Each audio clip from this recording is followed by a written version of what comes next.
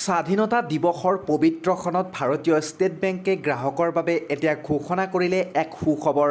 দেশৰ অন্যতম আগশাৰীৰ ৰাজহুৱা খণ্ডৰ বেংক হিচাপে অব্যাহত থকা ভাৰতীয় ষ্টেট বেংকে শেহতীয়াকৈ গ্ৰাহকৰ বাবে এক সুখবৰ ঘোষণা কৰিছে। বেংকে এনে এক ঘোষণা কৰিছে যিয়ে গ্ৰাহকক সকাহ দিব। বেংকিং সেৱা অধিক লোকৰ বাবে উপলব্ধ কৰাৰ বাবে এটা গুৰুত্বপূৰ্ণ সিদ্ধান্ত লোৱা হৈছে।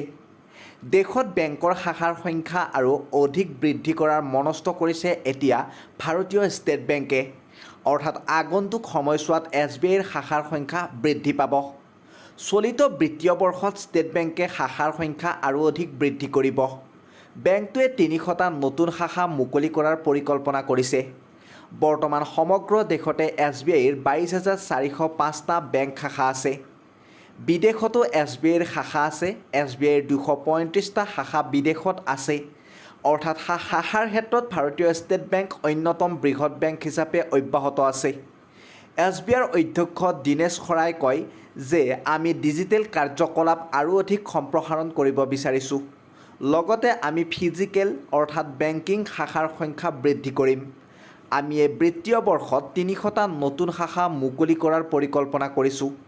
য'তেই বেংক শাখাৰ প্ৰয়োজন আছে তাতে আমি নতুন বেংক শাখা স্থাপন কৰিম। তেওঁলোকৰ ব্যৱসায়িক সহায়কাৰী অধিক হ'ব বুলিও উল্লেখ কৰা হৈছে।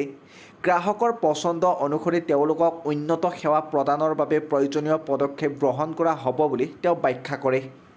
আনহাতে ভাৰতীয় ষ্টেট বেংকে বিশেষ জমা আঁচনি আগবঢ়ায়। ইয়াৰ নাম SBI অমৃত কলহ। এই আঁচনিৰ ক্ষেত্ৰত SBIৰ কাৰ্যকাল ৪০০ দিন। এই আঁচনিৰ ওপৰত আপুনি ৭.৬% পৰ্যন্ত সুদ পাব। জ্যেষ্ঠ নাগৰিকৰ ক্ষেত্ৰত এই কথা প্ৰযোজ্য। একেখিনি সাধাৰণ গ্ৰাহকৰ বাবে অৱশ্যে সুতৰ হাৰ ৭.১%। মন কৰিবলগীয়া যে এই আঁচনিখন ১৫ আগষ্টলৈকেহে উপলব্ধ হ'ব। অৰ্থাৎ এই এদিনৰ বাবেহে এই FD আঁচনি উপলব্ধ হ'ব। কাইলৈৰ পৰা নহয়। যিসকলে সীমিত সময়ৰ বাবে ধন সঞ্চয় কৰিব বিচাৰে তেওঁলোকে এই আঁচনিখনত বিনিয়োগ কৰিব পাৰে। কাৰণ উচ্চ সুতৰ হাৰৰ সুবিধা। এই আঁচনিখনত যোগদান কৰিব বিচৰাসকলে তৎক্ষণাত যোগদান কৰিব পাৰিব।